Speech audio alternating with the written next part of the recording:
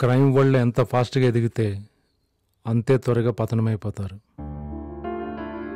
హైదరాబాద్లో వెలిగిన రాజు అనామకంగా పోయాడు. నిత్య ఏమైపోయిందో తెలియదు. నాకు 7 ఏళ్ళు జైలు శిక్ష పడింది. బయటకు వచ్చేసరికి ఏమీ మిగలలేదు.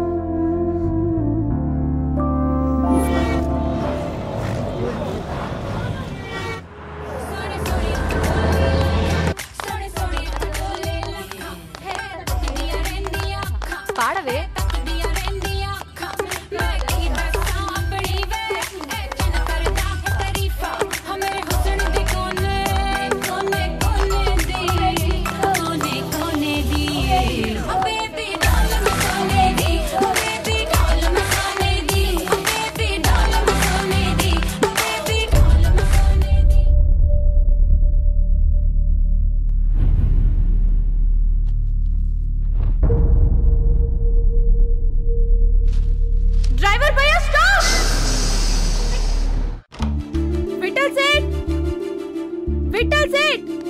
ఎవరో?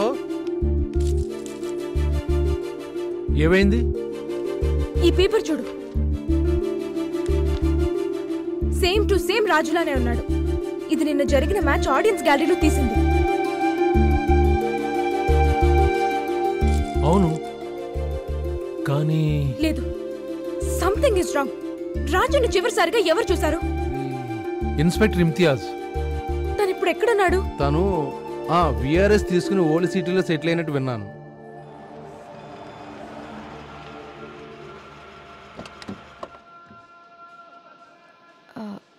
ఎవరండి? ఇమ్తియాజ్ గారిని కలవడానికి వచ్చాం.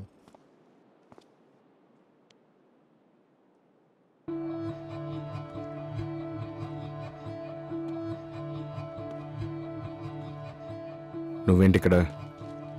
ఈ పేపర్ చూడండి. అచ్చం రాజులో ఉన్నాడు. మనిషిని పోలిన మనుషులు ఉంటారు. అయినా 20 సంవత్సరాల క్రితమే రాజ్ చనిపోయాడు. I personally shot him. లేదు సార్, నేను నమ్మను. అవే పోలికలు, అవే కళ్ళు, పైగా క్రికెట్ అంటే ఇంట్రెస్ట్. నువ్వెవరు? నేనెవరనేది కాదు, మీరేదో దాస్తున్నారు. Tell me the truth. నేను చెప్పాల్సింది చెప్పాను. మీరు ఇక బయలుదేరండి.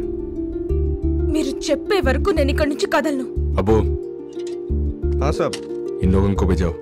चलो निकलो भैया. मैडम अभी निकलो. 1 मिनट सर. सर बोले तो नहीं समझते क्या? अरे मैडम हटो ना, क्या बोल रहा हूँ मैं? ప్లీజ్ నీకే చెప్పేది అర్థం చేసుకోండి. అరే సర్ ఒక చల్ హాట్. ఇది నాకు చాలా ఇంపార్టెంట్. నేను తన కూతుర్ని.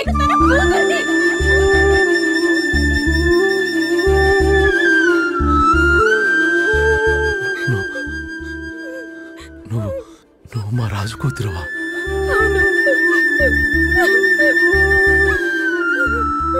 హైదరాబాద్ నుండి అమ్మ కోల్కతా చేరుకుంది. అక్కడే ఒక ప్రైవేట్ హాస్పిటల్లో నేను పుట్టాను. కానీ డెలివరీ టైంలో అమ్మ చనిపోయింది. నన్ను ఒక బెంగాలీ కపుల్ దత్తత తీసుకున్నారు. నా 18th బర్త్డే రోజు నేను అడాప్టెడ్ అనే విషయం చెప్పారు. ఈ ఫోటోలో ఉన్న వ్యక్తి మీ నాన్న. డెలివరీ టైంలో మీ అమ్మ హాస్పిటల్ స్టాఫ్కి చెప్పిందట. నాన్న గురించి నిజం తెలుసుకోవాలని ఎవరికి నేను తన కూతురని చెప్పలేదు. Please sir, I beg you, నిజం చెప్పండి.